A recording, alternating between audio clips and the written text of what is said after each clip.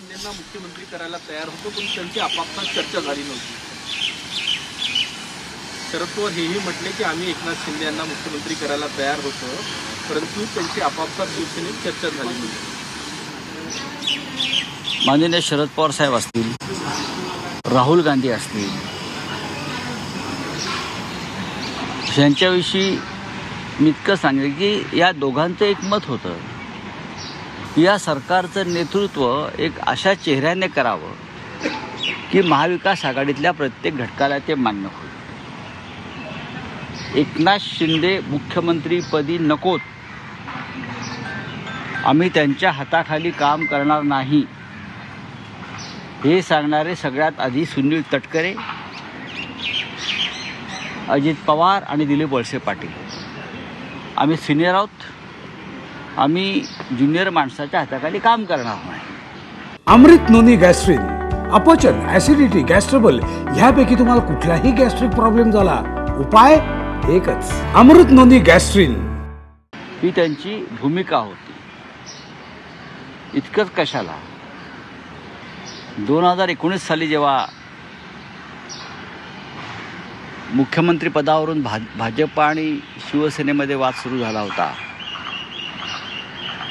नंतर महाविकास आघाडी स्थापन झाली, तेव्हाही विधिमंडळ पक्षाच्या नेतेपदी एकनाथ शिंदे यांचीच निवड झाली होती आणि शिवसेनेकडून शिंदे यांचंच नाव पुढे गेलं असतं. पण भारतीय जनता पक्षाच्या वरिष्ठ नेत्यांनी, ते वरिष्ठ नेते आता मंत्रिमंडळात आहेत सगळेच, त्यांनी आम्हाला निरोप पाठवला होता की दिल्लीचा निर्णय काय येईल तो माहीत नाही मुख्यमंत्रीपदाबाबत, पण आम्हाला एकनाथ शिंदे मुख्यमंत्री चालणार नाहीत. हे फडणवीसांपासून भारतीय जनता पक्षाच्या आताच्या सर्व प्रमुख नेत्यांची तेव्हाची भूमिका होती. शिंदे तेव्हा कोणालाच नको होते. शिंदे यांचा वकूफ नव्हता, शिंदे यांचा अनुभव कमी होता, शिंदे यांच्या कामाची पद्धत ही पैसा फेको तमाशा देखो हीच असल्यामुळे अनेकांना ते आपल्या आसपास नको होते किंवा राज्याचं नेतृत्व त्यांनी करावं ही भाजपा किंवा राष्ट्रवादी काँग्रेसमधल्या वरिष्ठ नेत्यांची तेव्हा भूमिका नव्हती की ते आमच्याबरोबर नको, त्यांनी नेतृत्व करू नये सरकारचं, त्यांना कोणताही अनुभव नाही. फक्त पैशाचे व्यवहार किंवा व्यापार करणं म्हणजे नेतृत्व नाही, ही भारतीय जनता पक्षाची भूमिका होती. आम्ही काँग्रेस राष्ट्रवादीबरोबर जाण्याआधीची म्हणते मी. त्यांचं असं म्हणणं ठरलं की दिल्लीतून जो निर्णय येईल तो आपण मान्य करू, म्हणजे शिवसेनेला मुख्यमंत्रीपद द्यायचं की नाही वगैरे हा पुढला विषय. पण जर तसं झालं तर शिंदे चालणार नाहीत आणि आमची भूमिका होती शिंदे विधिमंडळ पक्षाचे नेते म्हणून तेव्हा आम्ही त्यांना नेमणूक केलेली आहे, त्याच्यामुळे कदाचित ते होऊ शकतील. सर, ये हिंदी में जानना चाहते हैं, शरद पवार ने जो स्टेटमेंट दिया है कि उस समय एकनाथ शिंदे के नाम की चर्चा चल रही थी लेकिन आपस में सामंजस्य नहीं बन पाया. ज़रूर नाम की चर्चा चल रही थी, क्यों नहीं, क्योंकि वो लेजिस्लेटिव पार्टी के नेता के तौर पर उनका चयन हुआ था पहले से. लेकिन एनसीपी के जो वरिष्ठ नेता है, चाहे अजित पवार, तटकरे जी, प्रफुल्ल पटेल, वलसे पाटिल, ये लोगों का कहना था कि अगर सरकार बनती है तो ऐसा एक चेहरा चाहिए जो सबको साथ लेकर चले, जो अनुभवी हो. हम सब सीनियर नेता है, कोई जूनियर नेता के अंडर हम काम नहीं करेंगे. ये होगी एनसीपी की बात. कांग्रेस का भी यही कहना था. और आश्चर्य की बात यह है कि जब कांग्रेस और एनसीपी की सरकार बनाने से पहले जब बीजेपी के साथ 2019 में हम एक साथ थे, मुख्यमंत्री पद की बात चल रही थी, तो बीजेपी के नेताओं का ये संदेश था, ये मैसेज था, दिल्ली से जो निर्णय होगा वो होगा, मुख्यमंत्री पद शिवसेना को मिले ना मिले वो पार्टी के हाईकमांड तय, लेकिन अगर ये निर्णय होता है तो हमें एकनाथ शिंदे के हाथ के नीचे हम काम नहीं करेंगे. आपने एकनाथ शिंदे का जो चयन किया है लेजिस्लेटिव पार्टी के नेता के तौर पर, वो आपकी भूमिका है, लेकिन बतौर सरकार या मुख्यमंत्री हम उनको स्वीकार नहीं करेंगे। ये फडणवीस, गिरीश महाजन, सुधीर मुनगंटीवार, ये सब जो सीनियर नेता बैठे हैं, सबकी भूमिका थी ऐसे जूनियर नेता के हाथ के नीचे हमको काम नहीं करना है, बस इतना मैं कह सकता हूँ। सर, अरविंद केजरीवाल ने चुनौती दी है प्रधानमंत्री को, कहा कि आम आदमी पार्टी के सभी नेताओं को अरेस्ट कर लें और वो आज जा रहे हैं हेडक्वार्टर पे। मैं स्वागत करता हूँ इस मूव का। सरकार बदलने जा रही है 4 जून को, फिर भी मस्ती जो है सरकार की अब कम नहीं हुई है। आज भी अपोजिशन को डराया धमकाया जा रहा है, सिर्फ दिल्ली में नहीं मुंबई में भी हो रहा है।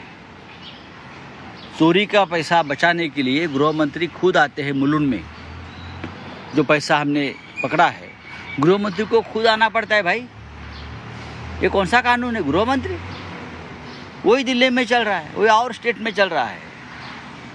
तो अगर केजरीवाल जी ने इस आंदोलन का जिक्र किया है तो आंदोलन बहुत अच्छा है। तर वही फडणवीस म्हटले की तुम्ही वोट जिहाद करता तर आम्ही वोट यज्ञ करू। हे बघा, हे उद्या हिमालयात जाऊन यज्ञाला त्यांना बसायचंच आहे, किंवा केदारनाथला जाऊन त्यांना पूजा अर्चा घंटा बडवत बसायचंच आहे। त्यांचं सरकार जातं आहे तर त्यांनी ही तयारी करावी, काही हरकत नाही। राज्य आम्ही करणार आहोत, त्यांनी पूजा अर्चा यज्ञ करत बसावं। मुख्यमंत्री म्हटले की शिवसेना आमच्याकडे आहे, शिवसेना उद्धवजींकडे आहे। हो, बाळासाहेब ठाकरेंच्या ज्या शिव्या होत्या, प्रखर शब्द, त्याला ते शिव्या म्हणायचे भाजपवाले। आणि बाळासाहेब ठाकरेंच्या या प्रखर भाषेमुळेच एकनाथ शिंदेसारखे लोक कुवत नसताना इथपर्यंत पोहोचले, एवढंच मी सांगतो। 17 मई रोजी यूपी के मुख्यमंत्री मुंबई में थे। उन्होंने भाषण के दौरान कहा कि यदि तीसरी बार प्रधानमंत्री मोदी बनते हैं तो पाकिस्तान का जो हिस्सा है वो इंडिया में ले लिया जाएगा। तो 10 साल क्या घंटी बजा रहे थे क्या? हाँ, 10 साल क्या कर रहे थे? घंटी बजा रहे थे योगी जी? 10 साल बहुत बड़ा एक स्पैन होता है। 10 साल क्या किया? आप कश्मीरी पंडितों की घर वापसी नहीं कर सके हैं, वो पहले कर लीजिए। अब आपका समय खत्म हो चुका है। 4 जून के बाद हम निर्णय लेंगे। ईडी ने आरोप पत्र दाखल किया है। एक सरपंच मारा गया है और 2 टूरिस्ट घायल हुए हैं। वही महबूबा मुफ्ती ने कहा है कि जो चुनाव आगे ढकेला गया है, इसके चलते इस प्रकार की चीजें देखने को हो सकता है। ईडीने आरोपपत्र दाखल केलेलं आहे अरविंद केजरीवालांच्या विरोधात। देशात राजकीय इतिहासात प्रथमच ईडीने पक्षकाराला आरोपी बनवून खटला या ठिकाणी। खरं म्हणजे भारतीय जनता पक्षावरती ईडीने आरोपपत्र दाखल केलं पाहिजे इलेक्ट्रल बॉन्ड संदर्भात। ज्यांच्यावर ईडीने कारवाया केलेल्या आहेत त्यांच्याकडून भारतीय जनता पक्षानं कोट्यवधी रुपये घेतले। मनी लॉन्ड्रिंग आहे, गुन्हेगारी स्वरूपाचा हा पैसा आहे, हा प्रोसिड ऑफ क्राईम आहे। हा केजरीवाल आणि आमच्यावर कसले आरोपपत्र दाखल करत आहे? ईडीला याचं उत्तर 4 जून नंतर मिळेल। थँक्यू। एकनाथ शिंदे मुख्यमंत्री म्हणून कुणालाच नको होते असं संजय राऊत यांनी म्हटलेलं आहे। मोठा गौप्यस्फोट यावेळी संजय राऊतांनी केला।